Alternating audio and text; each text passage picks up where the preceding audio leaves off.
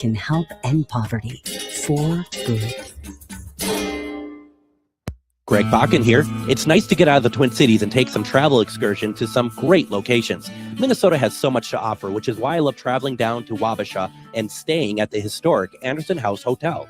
Opened in 1856, this beautiful hotel offers comfortable accommodations, has a delicious restaurant, and even a speakeasy in the basement to unwind with a drink.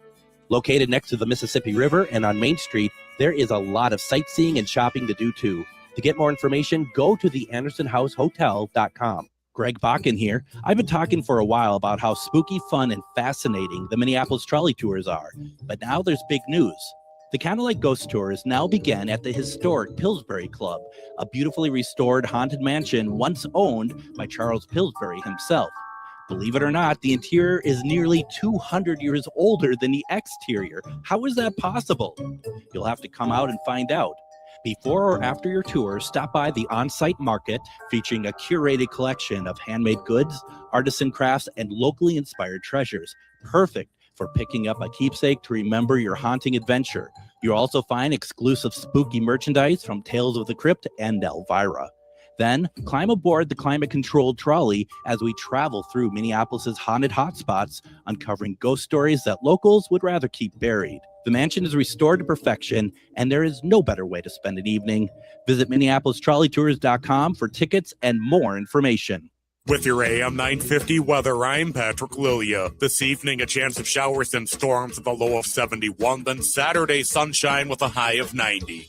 Get your elegant box of French macarons today with Nicolette's Macarons. Nicolette's is located off Highway 169 and 36th Avenue along the Plymouth-New Hope City line. Stop in the store or order online at nicolettesmacarons.com. Portions of the following program may be pre-recorded. The views expressed and the opinions given by the individual host, guest, random reptoid, or chupacabra may not necessarily reflect those of AM 950 Radio, its affiliates, or its sponsors. Now, it's time to step into the unknown.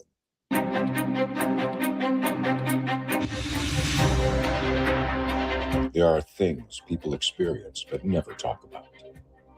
A shadow moving in the corner, flickering of the lights, a disembodied voice. We invite you to talk with us. Share your story, share your experience, because this isn't just your story.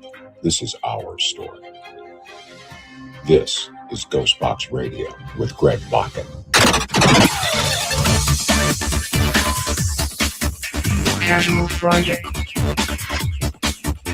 Casual Friday.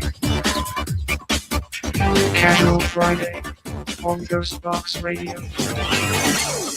And it is Casual Friday here on Ghostbox Radio. Thank you very much for easing into the weekend with us. My name is Greg Bakun.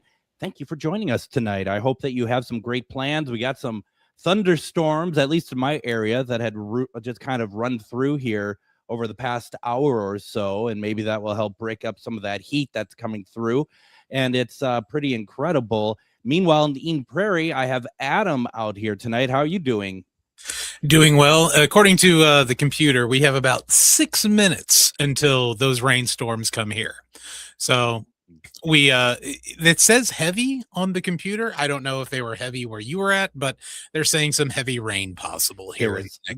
There was definitely heavy rain attached to it, and the wonderful rolling thunder mainly that was coming through. That's always really good. I enjoyed that a lot, actually. And I was working on some other stuff, and I'm like, oh, is that thunder?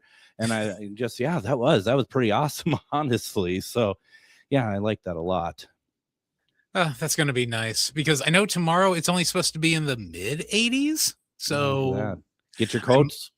Get the long johns, get the coats, make sure you got those mittens because it's going to get chilly. It's going to get chilly. Now, this is the first Casual Friday that we've done since near the end of June. It's been a while. It's nice I always enjoy doing these, so it's nice to be back doing them. And I was able to take a little bit of vacation, which was really fun.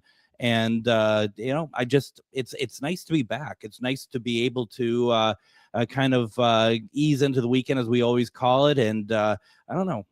I think tonight's going to be a good show. We have a lot to talk about tonight, actually, Adam, and that's there's some interesting stuff we're going to talk about. There's also going to be some kind of sadder stuff to talk about. We're going to get to that in a second here. Before we go any further, something for all of you to think about. The question of the week is Bob Lazar gained fame in the UFO community in 1989 for telling what was really going on at Area 51 regarding aliens. Now, 37 years later, do you still believe his claims? And so that's something that we're going to be talking about. You can put your answers into the comments, and we're going to be talking about during that in the second segment. At that time, maybe if you'd like to, you can call in and talk about it. It's been looking at some of the answers from earlier today. It's very interesting, actually. I wasn't sure what to expect, and I don't know if I got even though I wasn't sure, I don't think I got what I was thinking I was going to get. It's really interesting. We'll talk about that in a second. Now, I think the thing, though, that is really been kind of very sad, actually, that this happened in June. This is what happens when we're not doing Casual Fridays, or we've kind of had kind of an off schedule for the live shows, is stuff that happened back in June. We haven't had a chance to discuss it, but I didn't want this to be forgotten because it's too important. It needed to be brought up, and it also needed the respect it deserves. And that is that Chris Goetz, who owned the Tilted Tiki in Stillwater, Minnesota. We'll explain in a second how we have been integrated with them over the last couple of years. He had brain cancer, and we knew this for a while. And unfortunately, he had passed away actually in early June. And it's been very sad because, well, actually, let me take that back. He passed away at the end of May. It's been that long. And it's very sad. Chris was such a kind person, the owner of the Tilted Tiki in Stillwater. He had helped us a few times, actually, for Ghostbox Radio. I've been out there a number of times. We'll get Adam's take here in a second. But the thing is that was really sad to hear, only to be followed up about a month later with the Tilted Tiki saying that they themselves are going to now close, that they closed and they are no longer in business. And this was the 10th anniversary year to the Tilted Tiki. One of the most unique and fun places that I've been, it was at the Grand Garage in Stillwater, Minnesota. We first got to know Chris and the Tilted Tiki when we did our very first Halloween special for Ghostbox Radio, and we were at the Grand Garage. Witch Jody from Midwest Witchery and Healing, she had let us in and kind of got it all set up, which was great. And we did like a 3-hour broadcast that night, and we were all over the place. And Chris graciously allowed us into the Tilted Tiki while it was closed so that we could set up some paranormal investigation and get some stuff set up over there. And he was great. And the thing that I find very actually kind of charming about that situation is I don't know what he thought about what we did that night, before when we first met him. And he had said that he's going to leave the door open for us. He's going to have give the keys to Witch Jody so she could lock up at night, because we had the whole place to ourselves. No one else was in there. And I mean, the whole Grand Garage. And so she had the keys and stuff. He's like, I'm just going to head on out here because I'm going to go trick-or-treating with the grandchildren. And I was like, no problem. It's Halloween. You totally get it. And probably about an hour or so into the broadcast, took a break and walked out of where the setup was. And there was Chris. He was in the hallway.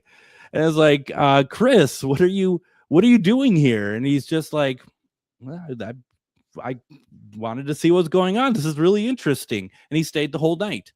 And so I don't know if he just blew off his grandchildren or what, but it was great because we were able to get him involved in a certain way. And he was he was great.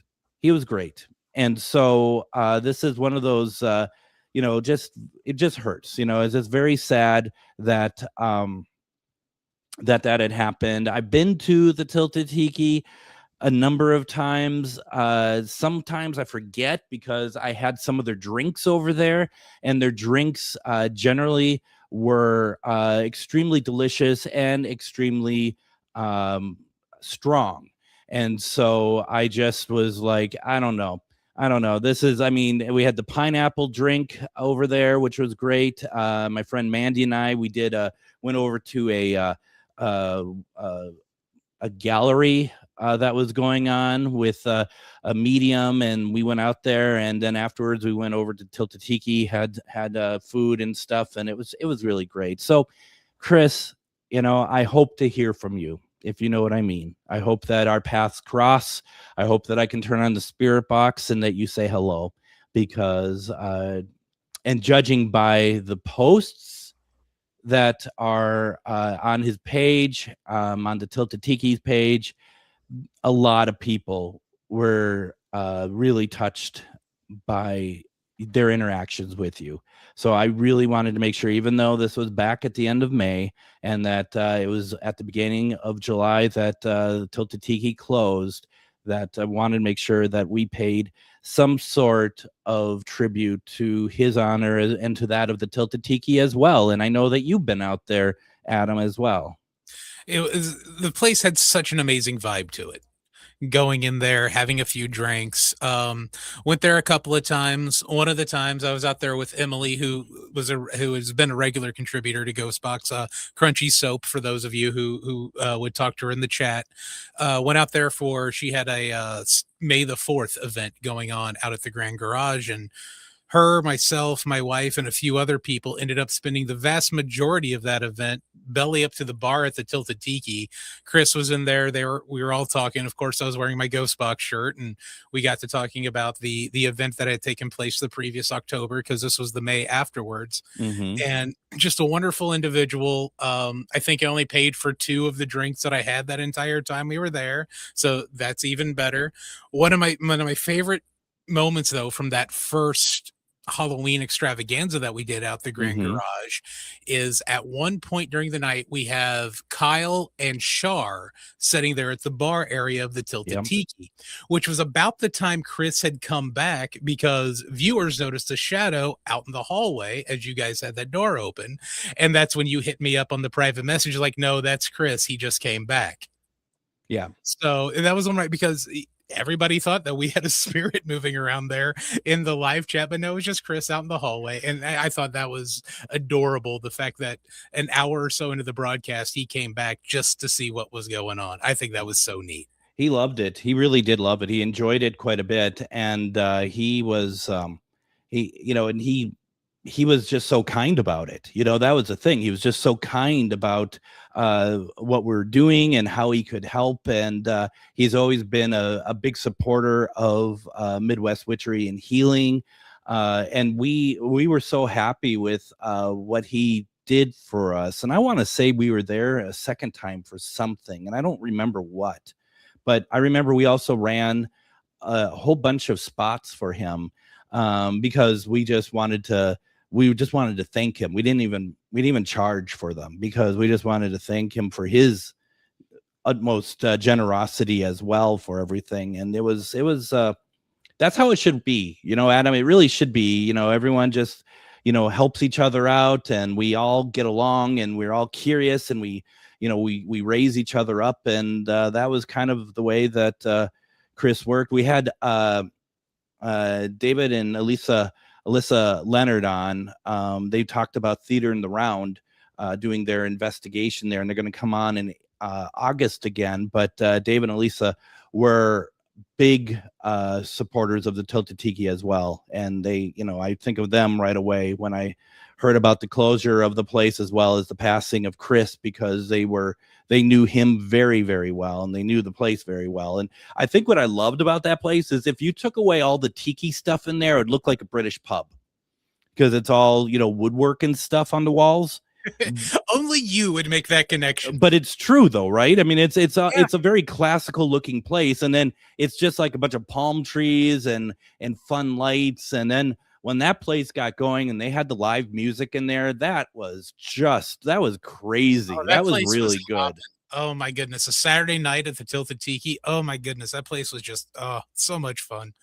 Such a blast. So when you would have a couple drinks there, or how many drinks you would have, was it just like you remember being at the Tilted Tiki and next thing you know, you're at home in your bed or something? I mean, because they were pretty strong drinks over there. Yeah, which is a good thing that my wife drives, because I ordered, I don't remember what it was called, but it had mango in it. So of course I want it, and couldn't taste the alcohol at all.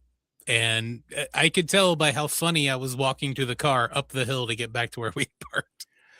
Well, and that's just it. When I've been out there, I kind of I would have a 2-drink minimum there, because I remember after like the second drink, I'm like, all right, bad decisions could be made here. And I just was being very careful about it. And, but I mean, it was great. And like you said, you couldn't taste the alcohol. I was like having like just this, like what I thought could have very well just been pineapple juice, right? And it was like, no, this is just wonderful. And then, of course, it had a little umbrella in it. And yes, you mentioned this afternoon, the beautiful glasses that everything came in, the tiki glasses and all that stuff. Just, and every drink had a very specific glass. Yeah, it did. It really did. And that's why I was kind of, when they shut down, it's like, are they selling off any of that stuff? Because I would love to have bought a set of those glasses. Oh gosh, yeah. I mean, because they would have to have a ton of them, because they would have literally just about every drink basically had its own glass, and the food was good. And it's just I think it's a gut punch to Stillwater. It really is. It's going to be that's going to be a hard shoes to fill for sure. And there's going to be another bar or restaurant that's going to move in there, but I don't know if it's going to have the same vibe as Chris had with the Tilted Tiki. I mean, that was just like, I mean, it was like, Acapulco in Minnesota, it was just always meant to be, you walk in and you just start to have a good time. I also want to just quickly point out too, that, the Grand Garage in general is a massively haunted location. And, it just reminds me of the last time I had been there. It was for my friend Tom's sports podcast, and they had me there for a Halloween episode a couple years ago, and we did an investigation down in the basement, and they're a bunch of skeptics. They really are. And so they're just like stuff like, well, how does this work? And I said, well, first of all, we're going to want to see at a REM pod. I want to see if we can get any spirits to communicate. And if there's any spirits here, can you just light up the green light on the REM pod? And that's what happened. And everyone around was like, oh my God. And then I had my K2, and it was on, at the very lowest on the green, it's just on. And I said, can you light this up to yellow for me, please? And at that point, it just did it right then and there. And they're just like, their minds were blown. And like the rest of the night, people were asking me like, well, do you think there's a way that could have happened without it being spirit? And I'm like, not as far as I can tell, it's just like, wow. And then I blew them away completely this last year, we weren't at the Grand Garage. We're at a bar in Stillwater that's where we saw like that smoke figure in the basement. Oh my gosh, it's good stuff. Just good stuff. But yeah, it's sad. It really is sad. And we just, if I may, on behalf of Adam and myself, we just wanted to make sure that our friends at the Tilted Tiki know that we miss them, and we're very sorry about the passing of Chris, because I know he meant a lot to a lot of us, and especially to the community. So there you go. It's unfortunate. He will be missed, though. Definitely missed. He will be. If anyone has been out there and you want to put in the comments or anything, what's your favorite, if you had a favorite drink, or if you had a favorite meal or something, or a memory, feel free to let us know. You can also call in 952-946-6205, 952-946-6205. And from there, we can, if you want to share, please do. I also want to remind everyone, question of the week. We're going to get to that in the next segment. Bob Lazar gained fame in UFO community in 1989 for telling what was really going on at Area 51 regarding aliens. Now, 37 years later, do you still believe his claims? We're going to talk about that. Anything else on your mind? Let's take a break. When we come back, we're going to get to question of the week, as well as a very interesting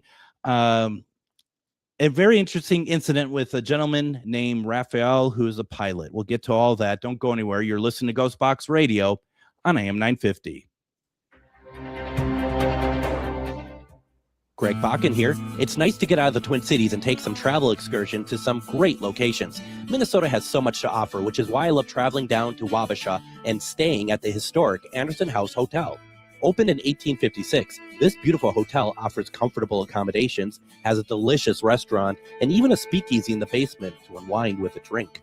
Located next to the Mississippi River and on Main Street, there is a lot of sightseeing and shopping to do too. To get more information, go to the AndersonHouseHotel.com. Greg Bakun here. I've been talking for a while about how spooky, fun, and fascinating the Minneapolis trolley tours are. But now there's big news. The Candlelight Ghost Tours now begin at the historic Pillsbury Club, a beautifully restored haunted mansion once owned by Charles Pillsbury himself. Believe it or not, the interior is nearly 200 years older than the exterior. How is that possible? You'll have to come out and find out. Before or after your tour, stop by the on-site market featuring a curated collection of handmade goods, artisan crafts, and locally inspired treasures. Perfect for picking up a keepsake to remember your haunting adventure. You'll also find exclusive spooky merchandise from Tales of the Crypt and Elvira. Then climb aboard the climate-controlled trolley as we travel through Minneapolis's haunted hotspots, uncovering ghost stories that locals would rather keep buried. The mansion is restored to perfection, and there is no better way to spend an evening. Visit MinneapolisTrolleyTours.com for tickets and more information. Moonstone Minneapolis is a queer-owned, community-focused gift shop in South Minneapolis centered on curiosity, connection, and self-discovery. Explore astrology, tarot, crystals, herbs, mindfulness, and spiritual practices in a welcoming environment for all backgrounds and experience levels. Located at 3304 East Lake Street in Minneapolis, Moonstone Minneapolis also hosts makers markets, classes, and community events. Learn more at moonstoneMPLS.com and discover a welcoming place to explore with curiosity and respect. Greg Bakun here. Like you, I love good, fresh, delicious food. So I want to tell you about this treasure in Roseville called Maverick's Real Roast Beef. Maverick's has the best roast beef sandwiches I've ever had. Made fresh every order. Add fries or onion rings dropped in the fryer when ordered, and you have a winning combination. Maverick's Real Roast Beef has a lot more than roast beef, so check out their website, mavericksbeef.com, or check out their restaurant on Lexington in Roseville. Looking for something different for family fun, a night out with friends, or your next team building event? Try the escape rooms at Lilliput. Step into the haunted mansion, race to find a cure in the bunker, or survive Night of the Wolf, all with just 60 minutes to escape. It's private, immersive, and perfect for groups of all kinds. Book your adventure now, spots fill fast. Visit lilliput.net and see if your team has what it takes to escape.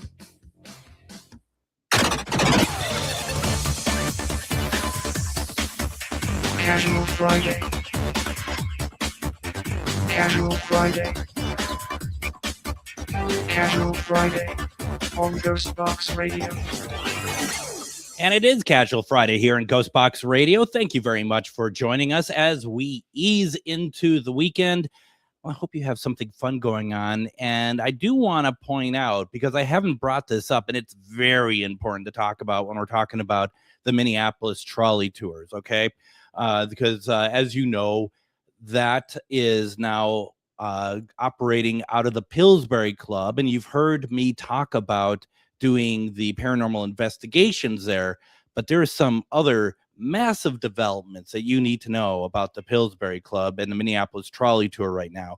Number one, they have a restaurant in there now. You can get food, order food, and most importantly, eat food inside the Minneapolis trolley tour, inside the Pillsbury Club.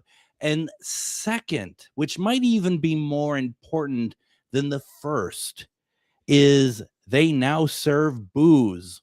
Okay. And I don't mean ghosts going boo. I mean booze, like alcohol and all that good stuff. That is actually breaking news in the trolley community. Okay. That they're serving alcohol, drinks, all the good stuff. And I couldn't be happier, to be perfectly honest. But you got to go out there, because what you need to do, you go out there, you get yourself a nice meal. I was out there a couple weeks back, and I got one of their smash burgers, which was very good.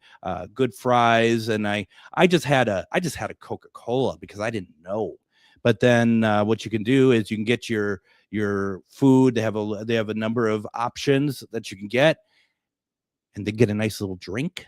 Get yourself all ready, and you can then go on the Candlelight Ghost Tour or whatever tour that you're going to take, or join us for one of our paranormal excursions, one of our investigations in the upper areas of the mansion. It is exciting. So I was very happy. I forgot all about that. But Adam, when I joined last week, I showed up at the Pillsbury Club, and Char was having a drink.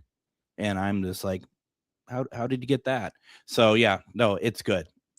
So first you thought Char was smuggling her own booze in? Well, sometimes if the need arises, right? I mean, you got to do what you got to do. I mean, it's not a movie theater. You don't have to bring your own alcohol in, but it is kind of fun that you can have some spirits and then go look for some spirits afterwards. It's actually kind of neat. Can look for some spirits after having some spirits, and it's very cool. That is such a cool place. You got to get out there, Adam. You need to check it out. I do. I definitely got to get out there. I loved when they were at 300 Clifton. That place was amazing, and I've got to get out to the Pillsbury Club too. It's so interesting though, with the 300 Clifton. It was it still is. They still own it. It's a beautiful bed and breakfast, but it was so subdued because there was also people are staying there.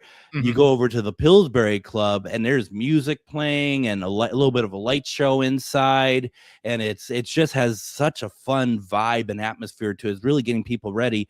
But when you go upstairs, and no one goes upstairs in the mansion unless you're doing our paranormal investigation.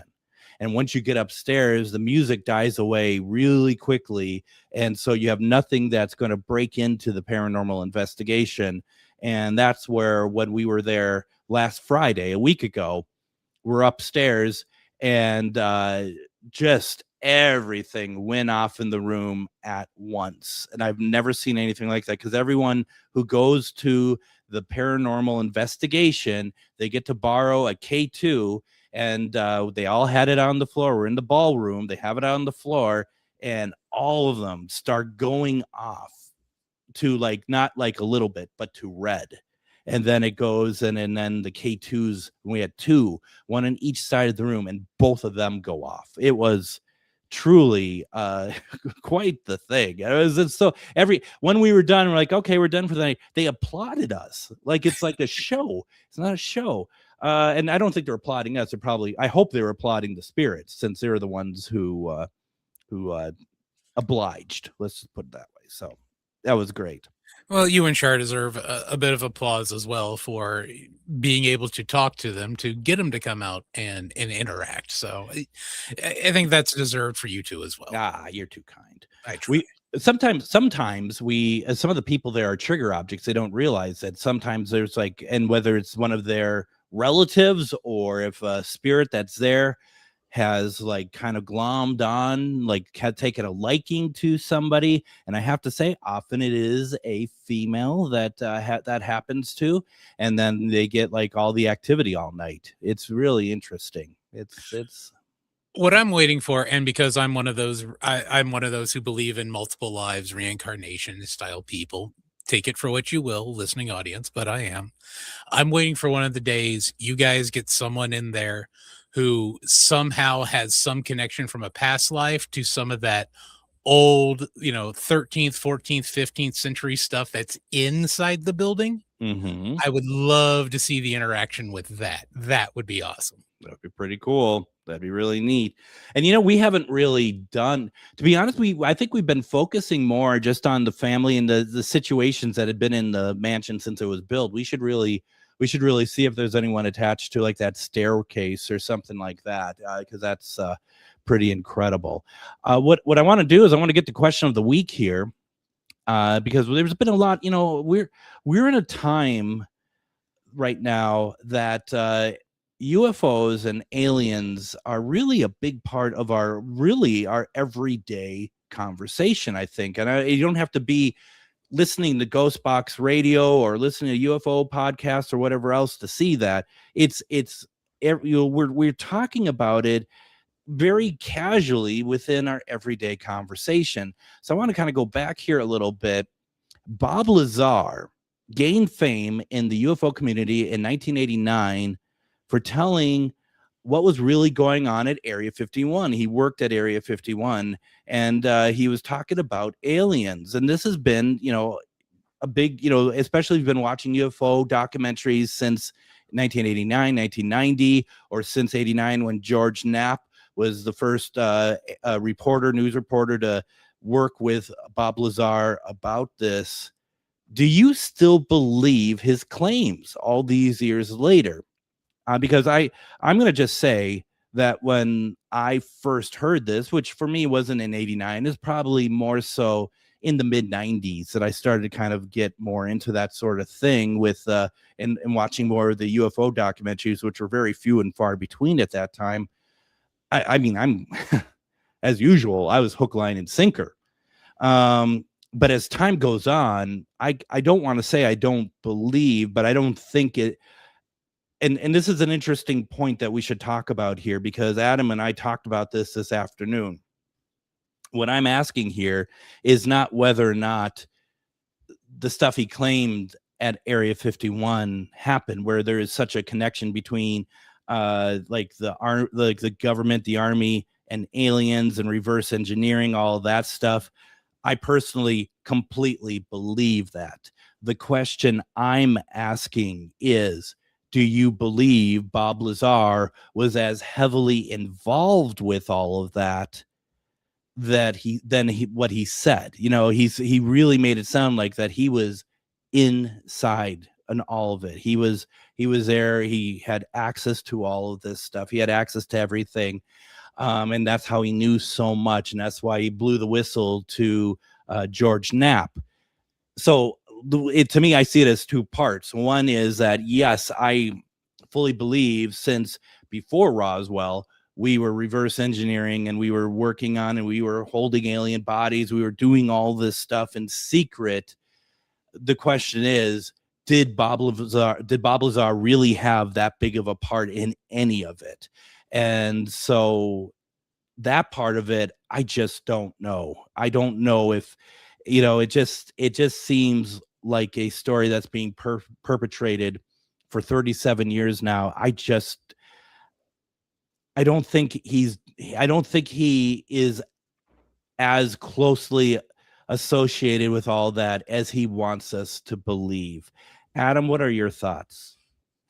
Well, when we were talking about this afternoon here at the station, I think I used the analogy of, I believe Bob Lazar, he worked there, he blew the whistle on several things, but as being as in depth or as entrenched as he was, I think he was more along the lines of the example I gave is the lower ranking guy who happens to be in the break room the same time as the higher ranking individual who happens to be carrying around new devices or, more high tech things than what his department would have dealt with. And, the casual talks over lunch. And I think that's where he got more entrenched in it. But I do believe him with the touch screens. I believe him with the alien bodies. As for all the details that he gives, not so much.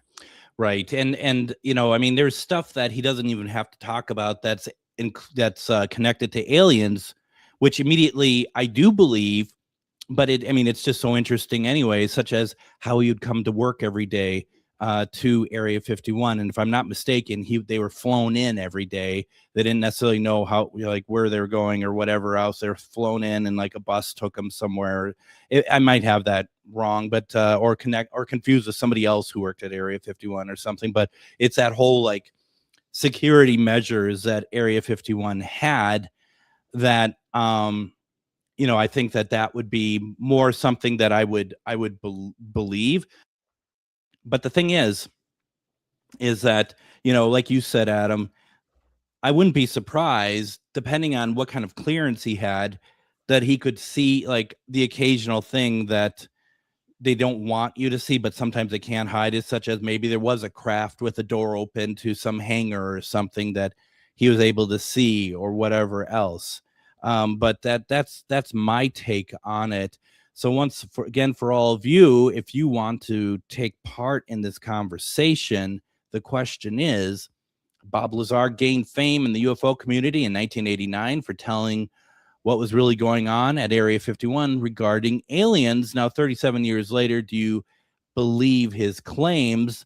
Go over and some of the answers we got earlier today. Ash said, I do think he was genuine. I remember reading about his claims years ago and being fascinated by them. And I was too. I think it's great. I do have to say, before I go further, I do wonder if my own bias might be getting in the way here. And what I mean by that is, over the past, and I've brought this up on the show before, I'm sure Adam, you're gonna be like, oh, here we go again. The bias is that I feel like people like George Knapp and Jeremy Corbyn, who they work together and they've been a big part of the hearings and stuff that's going on, I feel that they have not done justice to the UFO community. I think that they actually are weaponizing this, because most of the stuff they talk about, to me, borderlines on fear mongering. And I understand that I don't know what's going on, but I just don't feel like that is like, that's the direction all this is going, whereas like it's weaponizing what this is. So I do wonder if there is some kind of bias that I have towards in Bob Lazar, because Bob Lazar is still connected to all that and connected to both of them. So Lauren says, kinda, as far as Bob Lazar, she's like, kind of, but still iffy. So there's that. Joe says, yes, I do.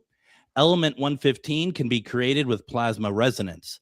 There is deep underground maglev network that to move retrievals from point to point. Most have been moved to new, more secure locations. We did have Joe on before talking. He was talking about the U.S. military bases on Mars. We talked about that. Let's see here. Carrie says, I do believe a lot of what he was saying is true. I also believe that the government has released so far in their disclosure about subjects only a tiny fraction of what they really know about alien craft and the extraterrestrials and ultra-terrestrials that have been documented. They're only going to go so far in releasing the truth because it is too disturbing for the public to handle. I disagree with that. I think that unless Carrie is saying that in the sense of that's the government's take on the situation, that they believe that it's too disturbing for the public to handle, because I do believe we are getting to the point that of kind of an eruption, if you will, because I think people really want to, get to the bottom of what it is. In the comments, we have Chuck saying, they definitely are putting some fear into the public through the hearings, in my opinion. That's interesting. Because Adam, I'd love your take on it. In my opinion, I mean, first of all, it's all coming from government source, and Jeremy and George are there. They're literally there. They're the ones that worked with their government friends to to start getting these hearings going. But I don't. Do you think that do you think it was putting some fear into the public? I think so, and for the simple fact that it's like every time any of those, I think there were 4 total hearings, started to get interesting, they'd be like, "Oh, well, we'll tell you in a skiff Oh, about the the rest of old it." skiff. Yeah, so I can see them actually trying to play some fear and or book deal out of this, because every time it started to get to something that's beyond the blue book, I think that anyone in this field has at least read, has an interest in. Anytime it would start to get anything beyond that, they'd be like, "Well, we'll talk about this in a skiff later." That's why I think they are trying to either create a little bit of fear or a little bit of cash, because really the only two things that create cash are fear and controversy in this world right now, and I think that's where they're heading. Yeah, could very well be. Dale says, I believed a lot of things he said. One of the few I believe was genuine. I think Matthew here has kind of where I think this is good once again, because once again, the question is 37 years later, do we believe the claims that Bob Lazar made on about aliens and spacecrafts, what he saw at, Area 51? Matthew says, I think Lazar is genuine in his own mind.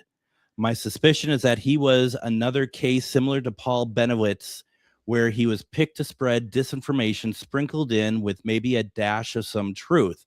And the question becomes, was he actually a patsy in a sense for the government to spread out some of this information or misinformation? That's a good question, because then because if something like that's happening, who's going to gain off of that? Would that have been Knapp gaining off of it? I think if anyone was going to gain off it would have been Knapp, quite honestly. Yeah. I mean, and I guess maybe if the split was right, Lazar would have hopped on. Yeah. Yeah. And the thing is, it's like, maybe they try to show Bob Lazar, the Area 51, they kind of, who knows what they do. I mean, but the thing is, it's like, is it try to make Bob Lazar look fanatical when he's talking about? Because I don't think he ever looked fanatical.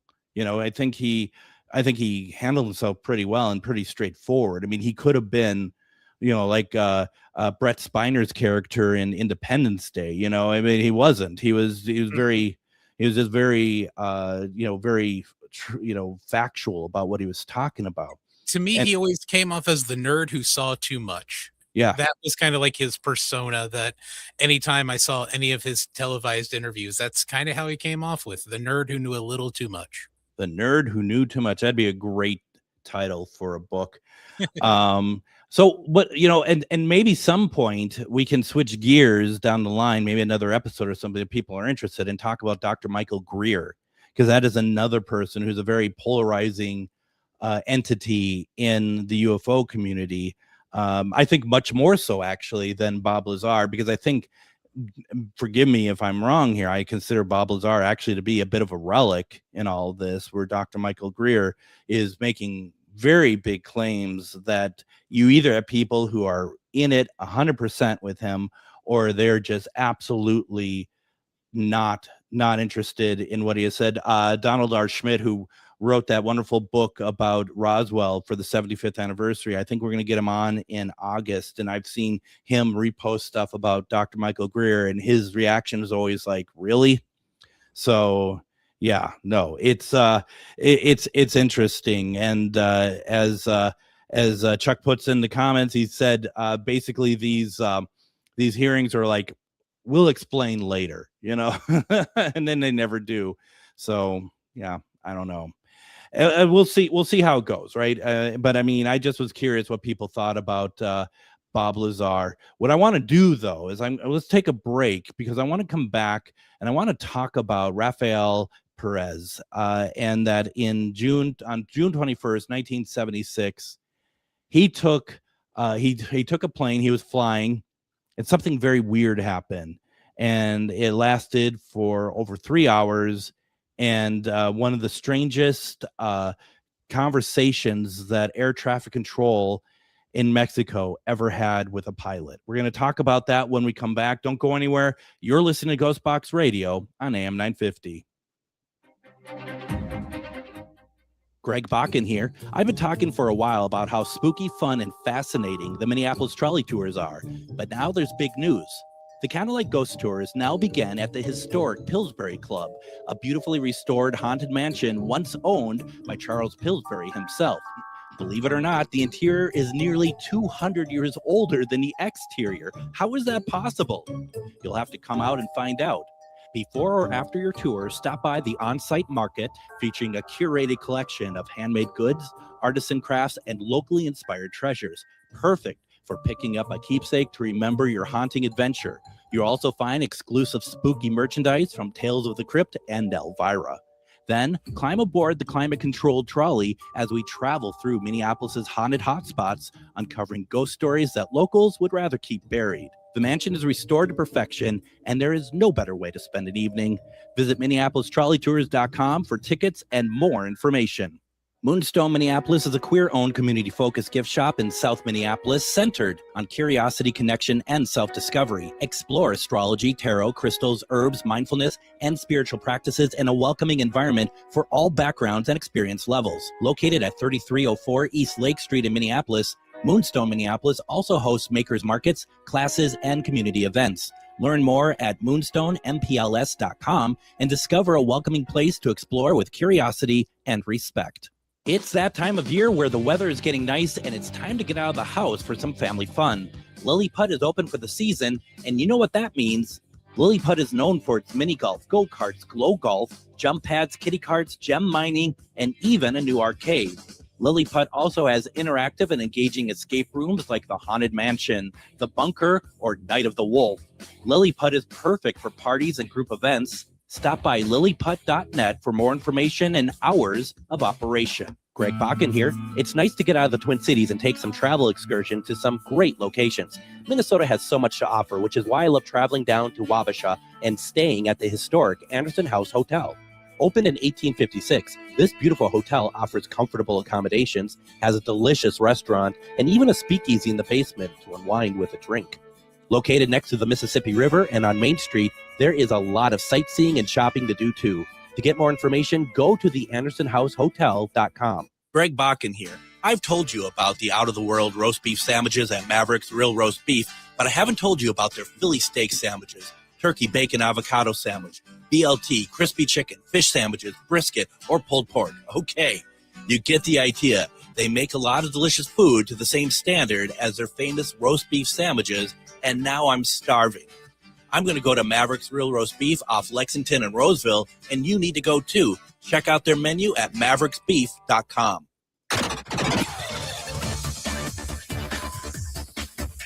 Casual Friday.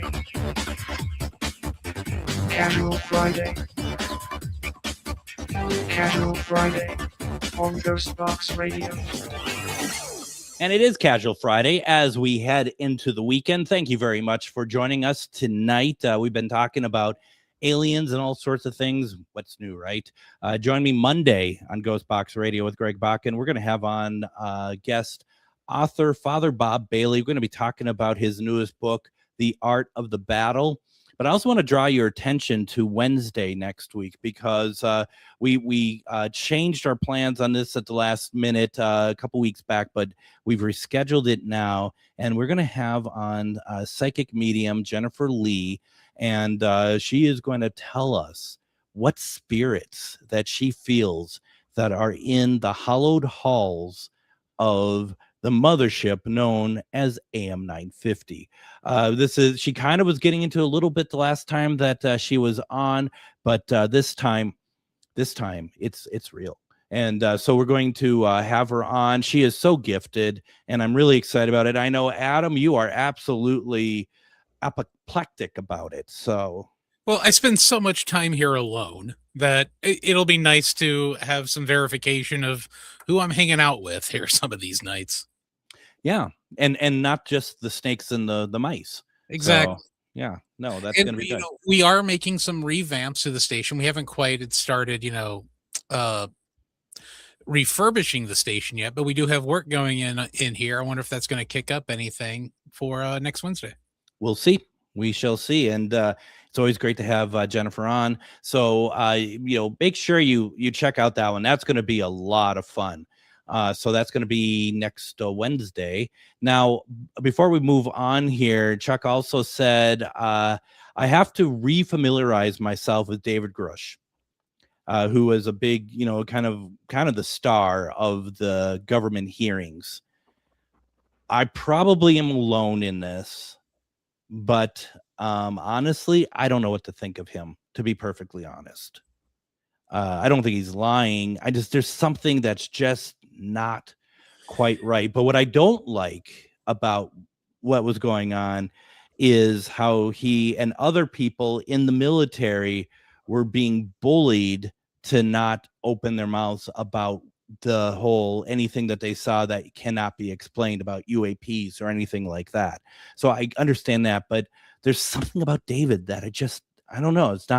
It's not adding up for me personally. There is something that comes off a little, for lack of a better term, slimish with him. I'm glad you said it. Yeah, but no. Yeah, there's something that comes off a little slime bally, kind of like the lieutenant governor in Ghostbusters. Kind of a slime ball kind of guy who's going to get this comeuppance at the end when he sees that they're real. But that's what he comes off to me as.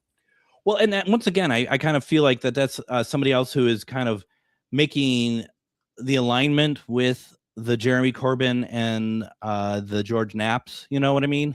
So, I mean, I just think that it's you saw what I saw, right? Yeah. Thank you, Chuck. But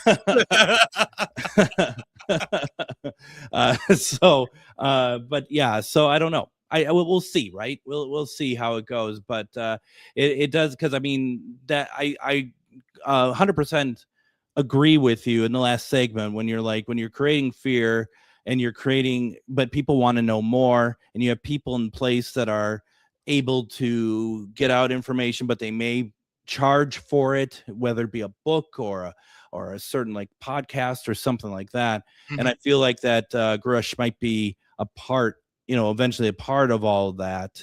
So it's like, is this a money-making scheme ultimately? We'll see. And that's why I think something like disclosure is so important. Hopefully we get to that sooner than later. Okay. So a friend of mine, Liz, she shared this with me, and it probably is one of those things that I'm going to start reading and everyone is like, oh my God, we know all about this. I never heard about this before. And I have to say, luckily, my dear friend Adam here had not heard of it before. So it goes to show that, if everyone knew about it, we were blissfully ignorant together. Let's see here. But there was a pilot named Rafael Perez, and he was taking a flight on June 21st, 1976. He was 23-year-old student pilot making a solo training flight in a Cessna 150 from Mexico City. The planned flight was supposed to last about an hour near Lake Texcoco area. According to the story, his aircraft disappeared from radar and radio contact. So instead of returning to the training area, his plane reportedly appeared near Acapulco, more than 200 miles away from where he was supposed to be. Now, the trip, but here's the thing, the trip itself normally would have taken much longer than what it did from the time he disappeared and then reappeared in Acapulco. It would have taken much longer. Rafael supposedly didn't have the experience to make the flight, and the aircraft allegedly didn't have enough fuel for such a journey under normal circumstances. This is where things get interesting, right, Adam? When air traffic control contacted the airplane, the voice responding, well, first, a couple things that happen. One, they get control. They're able to get in contact with Rafael. And so the voice that comes on to the mic that's supposed to be Rafael says, "We are using him as a microphone." Gives me the chills, quite frankly. The voice continued with messages including humanity is not alone. The speakers came from another world. They meant no harm to anyone. Civilization throughout the universe exists and are observing the earth. This is all recorded. And I was going to play a little bit of the audio, but I'm not going to, only because for no other reason than it's in Spanish. It's not going to, it is really poor quality. It's not going to translate well into radio for even to kind of get the gist of it. But you can look it up like ATC audio recording of aliens channeling via pilot Rafael Perez. I'll put a link into my summary of the show. So once Raphael regains consciousness, he regains himself. The air traffic controller says the first thing that they say to him is, are you alone up there? Is there someone else in the plane with you? And Raphael's like, no, it's just me. And he doesn't know what's going on. He lands the plane safely in Acapulco. He reportedly had little or no memory of the strange portion of the flight. Medical examination allegedly found no drugs. And here's the thing. He had far more fuel remaining than he should have had possible. It had actually flown the reported route. He should have had a lot less. He may not even been able to make it on the fuel he had. We might talk about this a little bit more. I know we're running out of time.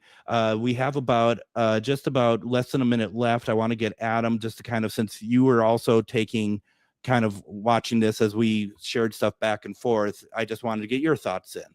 I think it's amazing. One, he had to clear a mountain range, which he had never done before in his training.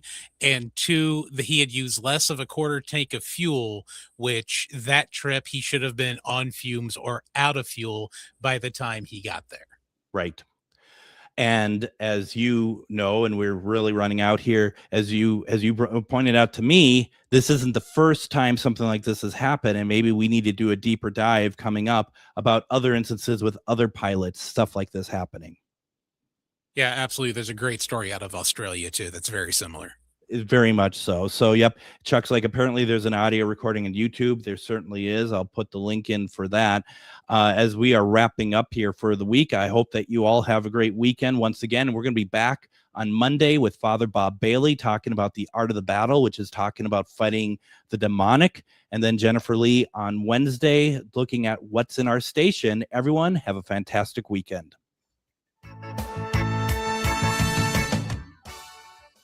Join me, Tom Hartman, where smart people get